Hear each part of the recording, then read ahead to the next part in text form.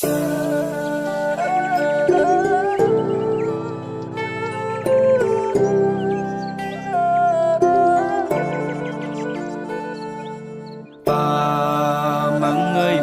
ំតោជួយមិនបានវៃសងគ្រួសារយើងកំពុងលំបាកវៃកូននេះក៏ច្រើនដែរហើយមិនឃើញសោកក៏ត្រើយពេលនេះកូនកំពុងខំប្រឹងបិទភ្នែកសួរខ្លួនឯងថាឯណាទៅខ្ញុំត្រូវដើរសុទ្ធតែជ្រុះមិនក៏គ្មានកម្មយន្តដើរមួយណាសិសិតត្រូវហើយមួយណាជាខ្លើខ្ញុំដើរផ្លូវខុសគេបែរជាសរសើរគេមិនចង់ឃើញខ្ញុំប្រសើរ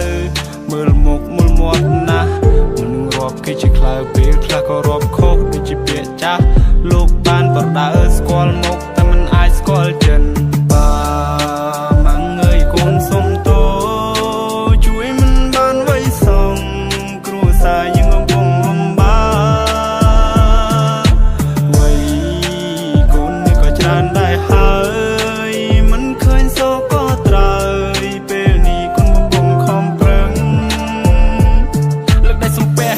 ចេញពីផ្ទះទាំងថែមិនទាន់រះលះអារៈអ្នកតាទីងទ្រូងអ៊ូលស្ទះទូមិនសមនៅក្រុងក៏ខ្ញុំនៅតែជំនះមិនប្រណាំងនឹងគេតែប៉ុណ្ណានឹងកាពះគន់តែចង់ឈ្នះអាហាបីពេលក៏អរគុណព្រះគ្រាន់សង្ឃឹមថ្ងៃមួយបុណ្យលឺជីវិតភ្លឺចាំដូចថ្ងៃរះជីវិតខ្ញុំខុសពីជីវិតគេ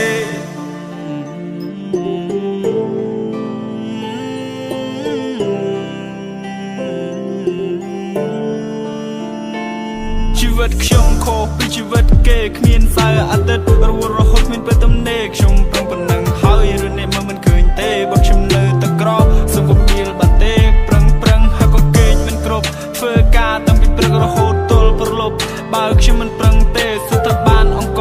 មកពីណាខ្ញុំយកមកហូបជោគនេះហើយជាជីវិតនេះក្របិទភ្នែកបើកភ្នែកមានខ្លះចេញមកដើរវែកញែកថានេះក្រនចេញចុះចិត្តការគិតទៅពីដេកខ្ញុំប្រឹងមុខខ្ញុំមិនឡើងស្លេកបែបវងវាយសាច់កាយចង់ទៅជួឆ្នាំពេកខ្ញុំមិនយល់អ្នកក្រគួរអីហាត់អ្វីអ្នកចង់បំពល់ចង់ប្រតនាថាខ្ញុំក៏ចង់មានតែមិនតន់អំណោយផលវាស្នាខ្ញុំតបាយម៉ាំងអើយកូនសុំតោជួយមិនបានអើយសោះគ្រួសារយើងកំពុងលំបាកវៃកូននេះក៏ច្រើនដែរហើយមិនឃើញសក៏ត្រើយពេលនេះកូនកំពុងខំប្រឹងគណៈរាត្រីខ្ញុំជក់បរិយអង្គុយសិនណោះខ្លួនឯងខ្ញុំចេះតែគិតពីនេះពីនោះខួរក្បាលនេះគិតចង់ហុយផ្សាយឲ្យផ្លូវជីវិតរញ៉េរញ៉ៃត្រឡប់ទៅលិនដល់ឡើងវែងពេលដែលធំវិញសម្ពាធច្រើនណាស់ខកកាលពីក្មេងស៊ីបាយឲ្យរត់ទៅលេងមិនដែលជាខ្វល់ឲ្យគិតគូពីរឿងអីផ្សេងប៉ុន្តែលើគិតច្រើនខ្ញុំផ្ទុះ my brain សម្ពាធសំពីសំពងជីវិតមួយនេះលំបាកមែនរឿងជីវិតមិនលំបាកពេកហើយប្រឹងណាស់តែមិនឃើញកងត្រាយហើយពេលខ្លាចខ្ញុំមិនជាសែនហត់នៅហើយពេលខ្លាចខ្ញុំមិនជាសែនហត់នៅ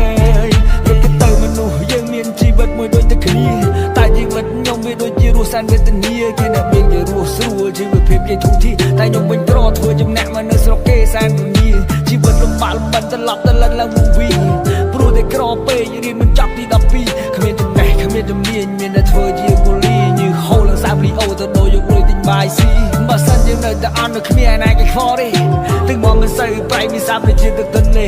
គេតែញ៉ាំមើលរំលោភមិនឲ្យតម្លៃលើយើងទេក៏ព្រោះតែយើងនេះក្រយ៉ាងណាមិនចោះចំណោមគេអ្នកមានកូនទាំងធ្វើលោកកាន់តែចាស់ដែរហើយតែកូននៅលេលើដើររំមិនឃើញក៏ត្រើយសង្ឃឹមតែថ្ងៃណាមួយពួកយើងនឹងបានធ្វើស្បាយកូនពិតមិនចង់ឃើញលោកត្រូវលំបាកទៀតឡើយរឿងជីវិតពិតលំបាកពេកហើយ